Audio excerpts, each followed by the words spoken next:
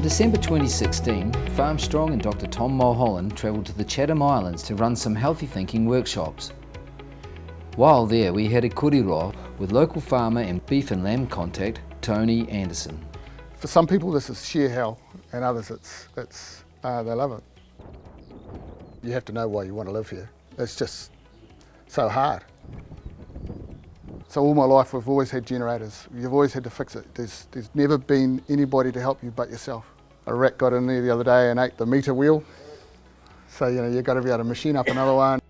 You just can't get stuff from New Zealand. Things break down, things go wrong. When that's just a given, you just accept it. You might have 500 lambs to go to New Zealand and for some reason they can't get on the boat, or it's a rough voyage and something goes wrong. And all that investment you've put into those animals, or they just get a bad price in New Zealand and you've got to take it on the day. And with our climate, without lack of frost and everything, I always say it's the best place in the world to grow a sheep, it's just the worst place to sell them from. It's sort of like growing a lamb in Christchurch and selling it in Sydney. Yeah. You haven't got a clue what's going on.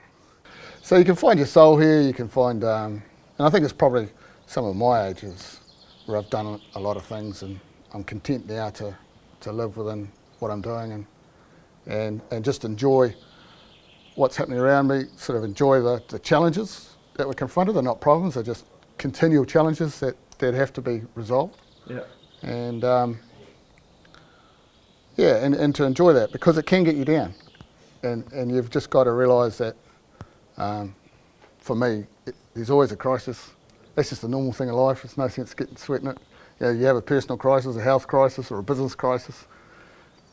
It's going to happen, isn't it? It happens to us all. You're going to break your leg, whatever. So you just got to, when it comes along, you just don't let it get you down, because you know it's going to come, so you just got to deal with it. There's a tranquility, if I stop talking for a bit, there's no human noise. It's not a lifestyle of pretentiousness or anything like that. Everyone knows everybody, and so it doesn't matter how you're dressed or how you look.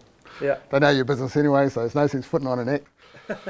I spoke to a judge at a wedding, and he was telling me about his nice house on the beach in Auckland, and he couldn't take his dog down there on 6 o'clock at night. And I said, well, why not?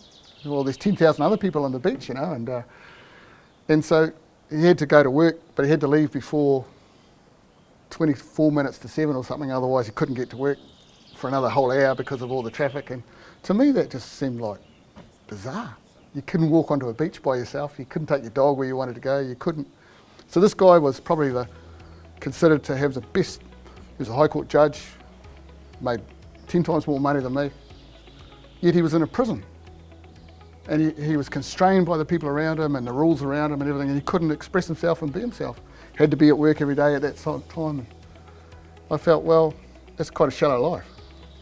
But that's just a perspective of somebody who lives at the end of the world and doesn't see a lot, so I'm probably way off track.